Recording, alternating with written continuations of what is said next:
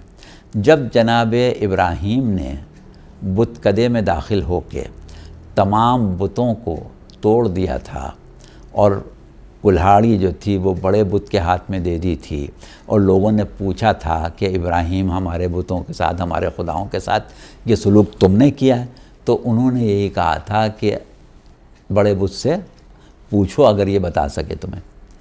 تو انہوں نے یہ کہا تھا کہ یہ بول نہیں سکتا، یہ کچھ بتا نہیں سکتا۔ تو آپ نے دلیل قائم کی تھی کہ جو کچھ بول نہیں سکتا، جو تمہیں بتا نہیں سکتا، وہ تمہارا معبود کیسے ہو گیا؟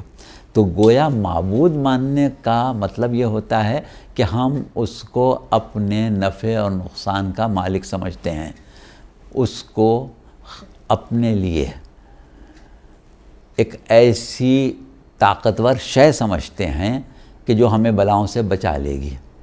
تو یہ بات جو ہے یہ سراسر عقل کے خلاف ہے کہ ایک پتھر کی مورتی جو ہم نے خود اپنے ہاتھ سے تراشی ہے، اس میں یہ اختیار کیسے ہو سکتا ہے کہ وہ ہمارے نفع نقصان کی مالک ہو جائے؟ لہٰذا اس کو ہم بے وقوفی کہہ رہے ہیں، حماقت کہہ رہے ہیں۔ اچھا، اب دوسری طرف آپ آئیں کہ شیطان کے لیے ہم نے فرض کر لیا ایک پتھر کے مینار کو کہ یہ شیطان ہے، اور اس کو مارنا شروع کر دیں کنکریاں، تو وہاں پر کیا ہو رہا ہے؟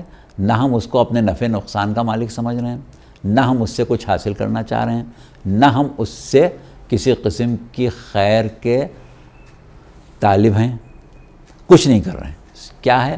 پروردگار عالم نے ہم سے کہا کہ الم عہد الیکم یا بنی آدم اللہ تعبدوا الشیطان انہ لکم عدو مبین، کہ اے بنی آدم، ہم نے تم سے عہد نہیں لے لیا تھا کہ تم شیطان کی عبادت نہیں کرو گے؟ وہ تمہارا کھلا ہوا دشمن ہے۔ اب ہم یہ چاہتے ہیں کہ اللہ سے کیے ہوئے اس عہد کو، جو کہ باطنی ہے، تکوینی ہے، ہمارے نفس میں ہے، ہماری فطرت میں ہے، ہماری سرشت میں ہے، ظاہر نہیں ہے، اس کو ظاہر اس طریقے سے کر دیں کہ اگر کسی شے کو ہم شیطان نام رکھ دیں یا شیطان سے منسوب کر دیں تو اس سے اظہار نفرت کریں، تاکہ یہ پتہ چلے کہ وہ عہد جو ہم نے اللہ سے کیا ہے ہم اس پر قائم ہیں۔ اگر اصلی شیطان ہمارے سامنے ہوتا تو اس سے بھی اظہار نفرت کرتے، اور اصلی نہیں ہے، ہمارے سامنے ایک ایسی چیز ہے کہ جس کو شیطان سے منسوب کیا گیا ہے، تو کیونکہ شیطان سے منسوب کیا گیا ہے لہٰذا اظہار نفرت کے لیے ہم اس کے اوپر کنکر مار رہے ہیں۔ تو وہ ایک بالکل الگ چیز ہے، یہ بالکل ایک الگ چیز ہے، اس کو اس سے ملانے کا کوئی تک ہی نہیں ہے۔ عبادت کرنا اور چیز ہے، اظہار نفرت کرنا بالکل دوسری چیز ہے۔ تو لہٰذا آپ کے سوال کا جواب واضح ہے کہ یہ کوئی ایسی چیز ہی نہیں ہے کہ جس کو آپ ملا کے سوال کریں، تو اس کو کرنا بے وقوفی ہے، یہ کوئی بے وقوفی نہیں ہے۔ اچھا آقا صاحب یہ بتائیں کہ اللہ عز و جل کے لیے مذکر کا صیغہ کیوں استعمال کیا جاتا ہے؟ اللہ کے لیے مذکر کا صیغہ، دیکھیے مذکر اور مؤنث، یہ ہم آپ کو بتا دیں پہلے کہ مذکر اور مؤنث کیا چیز ہوتی ہے۔ ہم کہتے ہیں اس کو تذکیر و تانیث، اور تذکیر و تانیث سے کیا مطلب ہے، کس طرح ہم استعمال کرتے ہیں، یہ ہم آپ کو سمجھا دیں پہلے۔ اس کے لیے جب ہم استعمال کرتے ہیں لفظ مذکر یا مؤنث، جیسا کہ ہم نے کہا کہ قواعد میں ہم اس کو کہتے ہیں تذکیر و تانیث، تو یہ ہر زبان میں تذکیر و تانیث کی دو قسمیں ہوتی ہیں۔ ایک چیز ہوتی ہے تذکیر و تانیث حقیقی، اور ایک ہوتی ہے تذکیر و تانیث سے قراردادی۔ حقیقی تذکیر و تانیث کیا ہے؟ جیسے اردو میں آپ کہیں بلی اور اس کا مذکر استعمال کریں بلہ، یا اردو میں آپ کہیں گھوڑا اور گھوڑی، شیر، شیرنی، مرد، عورت، لڑکا، لڑکی، تو یہ جتنے بھی الفاظ آپ استعمال کر رہے ہیں تذکیر و تانیث کے، یہ ہے حقیقی تذکیر و تانیث ہے۔ اچھا، اس کے بعد ایک ہوتی ہے قراردادی تذکیر و تانیث۔ قراردادی تذکیر و تانیث یہ ہوتی ہے کہ مثلاً آپ نے کہا گھڑی تو اس کو آپ نے مؤنث کہہ دیا، اور اگر آپ نے کہا مثال کے طور پر گاڑی، اس کو آپ نے مؤنث کہہ دیا۔ آپ نے کہا چولہا تو اس کو آپ مذکر کہتے ہیں۔ آپ نے کہا میز، کرسی، اس کو آپ نے مؤنث کہہ دیا، لیکن آپ نے کہا دروازہ تو اس کو آپ نے مذکر کر دیا۔ یہ کیا چیز ہے؟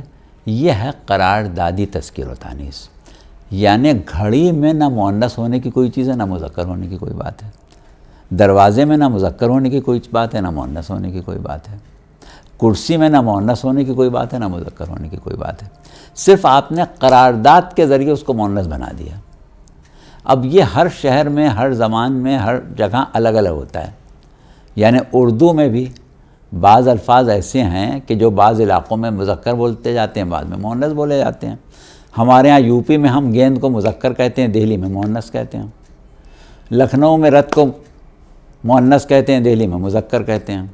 دبستان لکھنؤ میں بلبل کو مؤنث کہتے ہیں، دہلی میں مذکر کہتے ہیں۔ حالانکہ یہ ایک ایسا لفظ ہے کہ جس میں تذکیر و تانیث حقیقی ممکن ہے، لیکن کیونکہ بلبل کے نر کے لیے کوئی لفظ نہیں ہے، یا اگر اس کو مادہ کہیں تو پھر نر کہیں تو مادہ کے لیے کوئی لفظ نہیں ہے، اس اعتبار سے ہم نے اس مثال کو دیا۔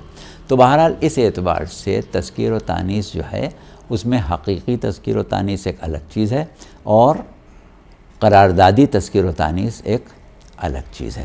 یہ تو ایک بات ہو گئی کہ جو آپ کو معلوم ہونا چاہیے۔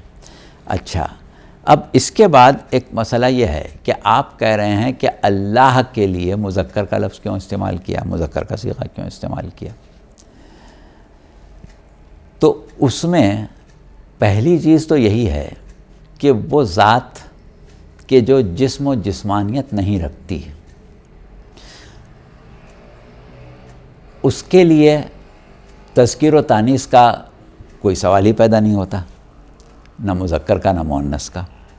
اچھا، اب ہم کبھی اللہ کے لیے لفظ ذات استعمال کرتے ہیں، کبھی اللہ کے لیے لفظ وجود استعمال کرتے ہیں۔ تو اب جب ہم وجود کا لفظ استعمال کریں گے تو مذکر کا صیغہ استعمال کر لیتے ہیں، جب ذات کہتے ہیں تو مؤنث کا صیغہ استعمال کر لیتے ہیں، اس لیے کہ ہم اس لفظ کے مذکر مؤنث ہونے کو دیکھ رہے ہیں، نہ کہ اس کے وجود کو یا اس کی ذات کو۔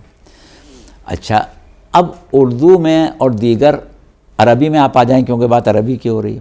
عربی میں بہت سی چیزیں ایسی ہیں کہ جو قراردادی طور پر فرق رکھتی ہیں۔ جیسے ہم اردو میں سورج کہتے ہیں، تو سورج ہمارے ہاں کیا ہے؟ مذکر ہے، لیکن عربی میں جب آپ شمس کہیں گے تو وہ مؤنث ہے۔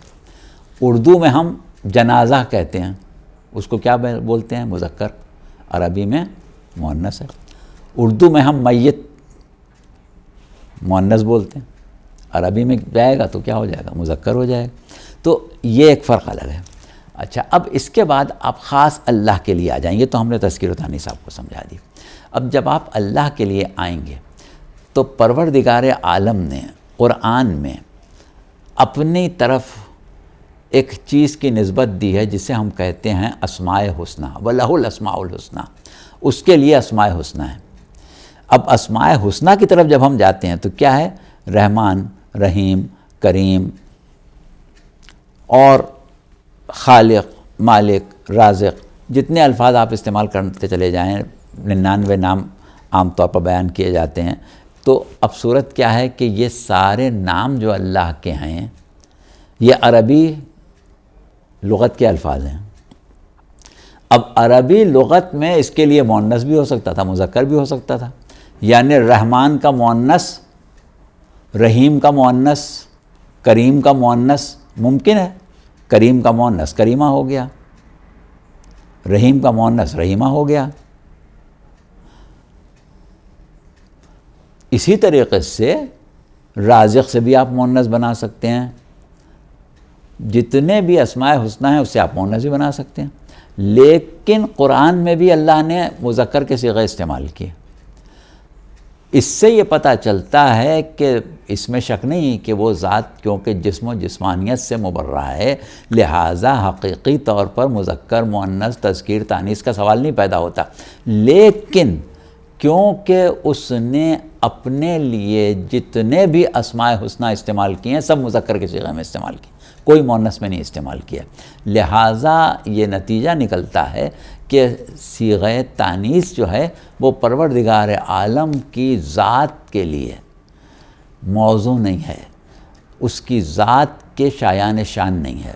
اس کی ذات مبرہ و منزہ ہے اس چیز سے کہ اس کے لیے صیغہ تانیث استعمال کیا جائے. اس لیے ہم اللہ کو مذکر بولتے ہیں. اور یہ کوئی ایسا سوال ہمیں نہیں سمجھ میں آتا کہ ذہن میں الجھن پیدا کرے. بہرحال یہ کہ جواب ہم نے اس کا آپ کو دے دیا. اگر کوئی خدا ہے تو ظلم کو روکتا کیوں نہیں تاکہ وہ جہنم سے بچ جائیں؟ کیا امتحان میں ایسا پیپر دینا منطقی ہے جس میں 99% لوگ فیل ہو جائیں؟ یہ ایک ہی سوال ہے. اچھا، تو دیکھیے بات یہ ہے کہ اب جو سوال کر رہا ہے شخص، اگر ہم اس کے ذہن کی طرف توجہ دیں تو اس کا سوال شروع ہو رہا ہے اگر کوئی خدا ہے. یعنی سوال کرنے والے کے ذہن میں وجود باری تعالی جو ہے وہی مشکوک ہے. اور اس کے مشکوک ہونے کی وجہ کیا ہے کہ دنیا میں انسان ظلم کرتا ہے، بہت سے لوگ ظلم کرتے ہیں، اور کوئی ایسا قوی ہیکل وجود پہلوان کی شکل میں نہیں ہے کہ جو اس کا ہاتھ پکڑ لے. لہٰذا اللہ نہیں ہے. ہوتا تو ایسا کوئی دنیا میں گھوم رہا ہوتا کہ جو ہر ظلم کرنے والے کا جا کے ہاتھ پکڑ لیتا. یہ ہے اس کے ذہن میں تصور توحید. تو پہلی مشورہ ہم یہ دیں گے کہ یہ توحید کو سمجھے، اللہ کی ذات کن چیزوں سے مبرہ و منزہ ہے اور کیا چیزیں اس کے شایان شان ہیں، اس کو سمجھیں. بہرحال جب تک نہیں سمجھتے، سوال کا جواب ہمارے اوپر واجب ہو گیا، ہمیں دینا ہے. ہم بیٹھے ہیں ذمہ داری کے ساتھ کہ سوال آپ کچھ بھی کریں ہم جواب دیں گے، لہذا جواب سن لیں.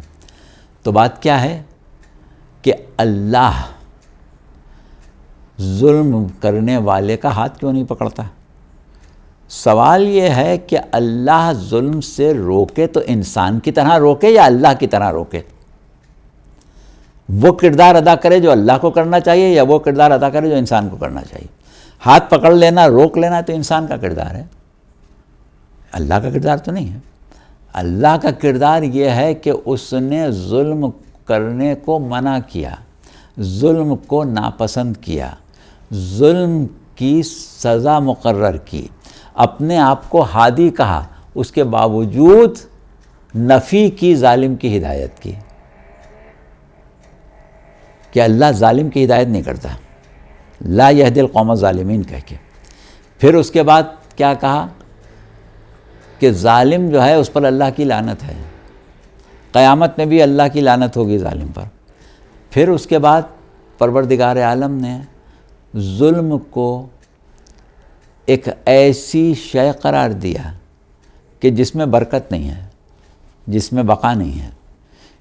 حکومتیں کفر کے ساتھ باقی رہ سکتی ہیں، ظلم کے ساتھ باقی نہیں رہ سکتی. تو یہ اللہ کا فعل نہیں تو کس کا فعل ہے؟ ظلم سے روکنے کا نہیں ہے تو کس چیز کا فعل ہے؟ آپ اللہ کے بارے میں یہ چاہیں کہ وہ انسان کی طرح روکے تو انسان کی طرح تو نہیں روکے گا. پھر پروردگار عالم نے کیا کہا کہ ربنا انک من تدخل النار فقد اخزیتہ فما للظالمین من انصار. جن کو اللہ رسوا کر کے آگ میں ڈال دے گا ان ظالموں کا کوئی مددگار نہیں ہوگا. تو اللہ ظلم کی اتنی شدید مخالفت کر رہا ہے، لیکن بحیثیت اللہ کر رہا ہے، آپ اس سے یہ توقع کیوں کرتے ہیں کہ وہ آدمی کی طرح جا کے ہاتھ پکڑ لے؟ تو آدمی کی طرح تو ہاتھ نہیں پکڑے گا، وہ اللہ ہے، تو اس کا فعل بھی اسی کے شایان شان ہے، لہٰذا وہ یہ حکم دیتا ہے کہ ظلم نہ کرو، وہ یہ کہتا ہے کہ میں ظلم کو پسند نہیں کرتا، وہ ظلم میں برکت نہیں رکھتا، وہ ظالم کی ہدایت نہیں کرتا، وہ ظالم کو سزا دیتا ہے، وہ ظالم پر لعنت کرتا ہے، یہی روکنا ہے، اس کے علاوہ اور روکنا کیا ہوتا ہے؟ تو یہ تو ہو گیا آپ کے آدھے سوال کا جواب۔ اچھا، اب آپ آئیں سوال کے دوسرے حصے پر، اور دوسرا حصہ آپ کا کیا ہے؟ وہ آپ یہ کہہ رہے ہیں کہ ایسا امتحان لینا کہ جس میں 90% یا 99% طلباء فیل ہو جائیں، آیا منطقی ہے یا غیر منطقی؟ تو اب یہاں پر ہمارا خود یہ سوال ہے کہ آپ یہ بتائیں کہ کیسا امتحان لینا منطقی ہے؟ کیا منطقی امتحان یہ ہے کہ طالب علموں کی نالائقی کو بنیاد بنا کے امتحان لیا جائے، یا طالب علموں کی ارتقاء، ان کی ترقی، ان کی فلاح و بہبود کا ایک ہدف بنا کے اس کا امتحان لیا جائے، یا ان کی نالائقی کو سامنے رکھ کے امتحان لیا جائے؟ یہ کون سی کس چیز میں منطق ہے، کس چیز میں منطق نہیں ہے؟ عقلی بات یہ ہے کہ جس کا امتحان لیا جائے اس کا امتحان اس چیز کا لیا جائے جو اسے پڑھائی گئی ہے، جو اس نے نہیں پڑھی ہے اس کا امتحان لینا کوئی منطق نہیں ہے، جو اس کو پڑھائی گئی ہے اس کا امتحان لینا ہے۔ اب اللہ نے دین فطرت ایجاد کر کے انسانوں کی فطرت بنائی اسلام، لائق اور فائق، شفیق اور مہربان، باصلاحیت اور مخلص انبیاء بطور اساتذہ بھیجے،